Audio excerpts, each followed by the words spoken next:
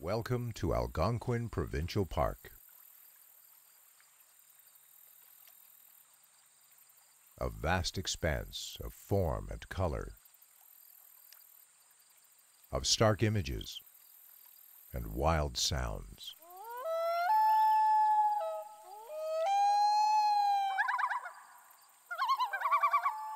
A place to rediscover a world far from stress and commotion of the city. A place to renew our ancestral ties with nature. Algonquin, a place to explore the infinite beauty, the infinite complexity of a world for which history began long, long before humans. 1 billion years ago, the rocks that form Algonquin's backbone had their birth in a primordial sea, thrust up, warped, and molded into great mountains by colliding continents. These peaks were gradually worn down over countless ages by wind, water, and ice. Glaciers, slow, grinding glaciers, submerged Algonquin under a crushing sea of ice many times over the past 2.5 million years. The last glacier retreated just 11,000 years ago, leaving behind a thin covering of boulders, sand, and gravel over a dome of rocky hills. But out of the barrens sprang life. Within 8 centuries, Algonquin's great forests were established, and towering, colossal, ancient pine came to dominate the landscape. The seasons came and went. Natural cycles completed themselves unimpeded, relentless, sometimes violent, but always a part of the natural order.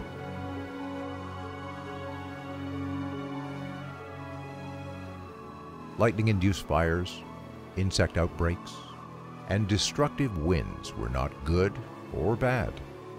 They were integral parts of the wilderness system, a constantly changing mosaic of young and old forests to which each plant and animal species adapted or perished. 5,000 years ago, humans became a part of the natural order in Algonquin. Then, and for many years, the harsh land could support but a few of us. Fishing, hunting, and picking berries in the summer, we lived in family groups, camped in many of the same places we use today, and had to move often to find enough food. Sometimes, like many other animals, we didn't succeed. Like all living things in the primeval wilderness, we were a part of that order, its beneficiaries and victims in a continuous system of creation and destruction, of birth and death. Then the system was changed.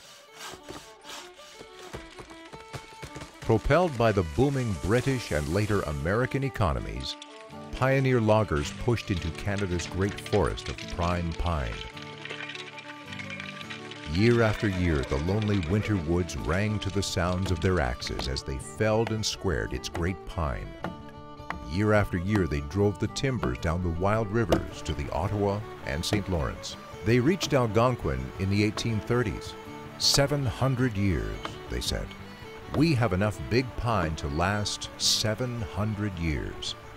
In 70 years, they wondered where it had all gone.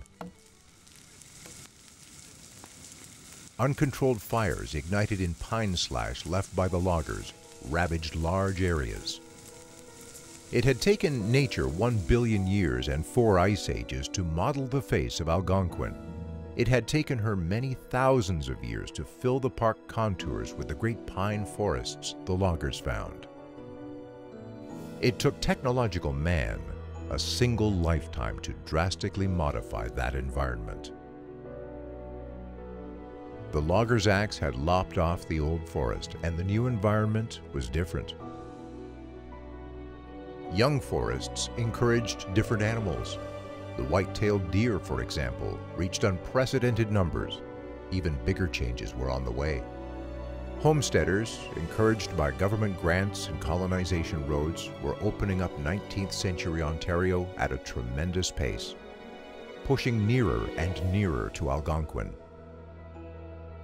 Then came a growing realization in the minds of many people that Ontario's natural resources, forests, water, and wildlife, must be protected from indiscriminate exploitation. Thus, the Algonquin Park Act was passed by the Ontario Legislature in 1893.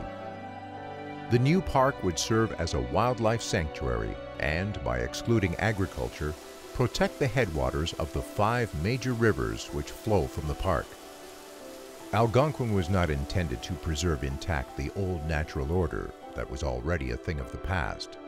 The years following the park's creation saw only a few adventurous visitors coming by train, and the chief occupation of the park rangers was the pursuit of poachers. But the fame of Algonquin soon spread, and hotels and cottages sprang up on leased land. Spurred on by the bold images of Tom Thomson, more and more people got to know the park firsthand. Highway 60 was opened in 1936, and the number of visitors jumped spectacularly. A generation of Ontario residents got their first touch of nature by feeding roadside deer in this wilderness park, not realizing, incidentally, that the deer had become so abundant only because man had altered the original ecosystem. Today, Algonquin is more accessible and more heavily used. Over 1 million people visit the park each year. And with these large numbers comes an increasingly large responsibility. Long gone are the days when we humans were just rare animals, supported and limited by the Algonquin wilderness in which we lived. Today, in less than 2 centuries, we have transformed that wilderness, and we all have different images of the park, different ideas about how the park's resources should be used. Conflicts are inevitable. But in the multiple-use concept which the Ontario government has selected for Algonquin, many traditional uses are deemed legitimate.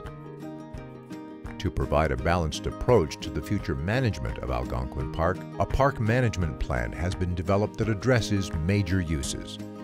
In all Ontario parks, protecting ecological integrity, or nature's balance, is a priority. Dividing the park into zones helps prioritize areas for acceptable uses.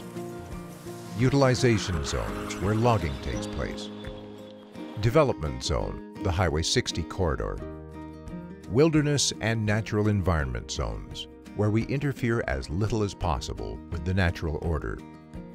Historic and nature reserve zones, which protect specific historical and biological values of great significance. But for you, personally, there is a much more fundamental division. There are really 2 Algonquin parks. First and foremost is the vast park backcountry, a huge wild country crisscrossed by nearly 2,000 kilometers of canoe routes. Here, for a while, you can forget the strident, raucous images of the city landscape. Here, you can immerse yourself in the tonic of a more natural world.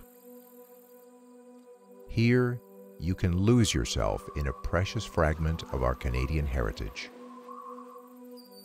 This, the park backcountry, is Algonquin's most valuable resource.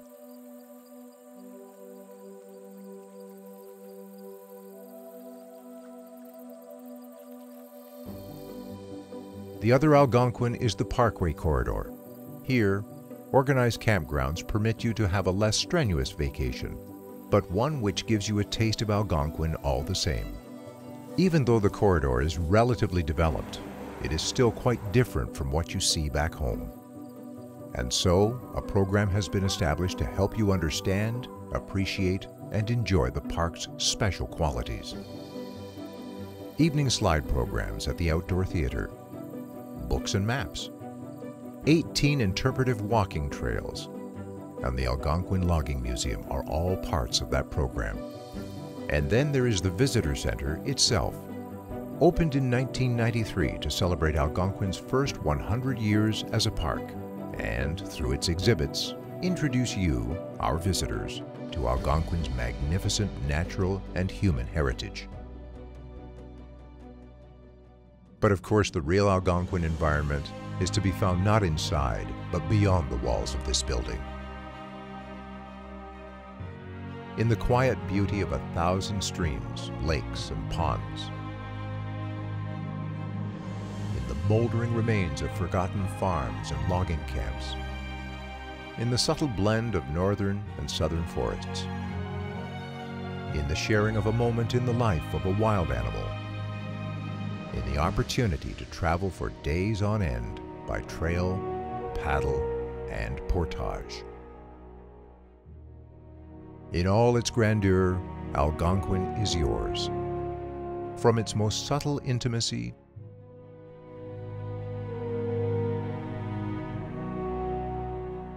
to its breathtaking sweeps of wild and beautiful landscape,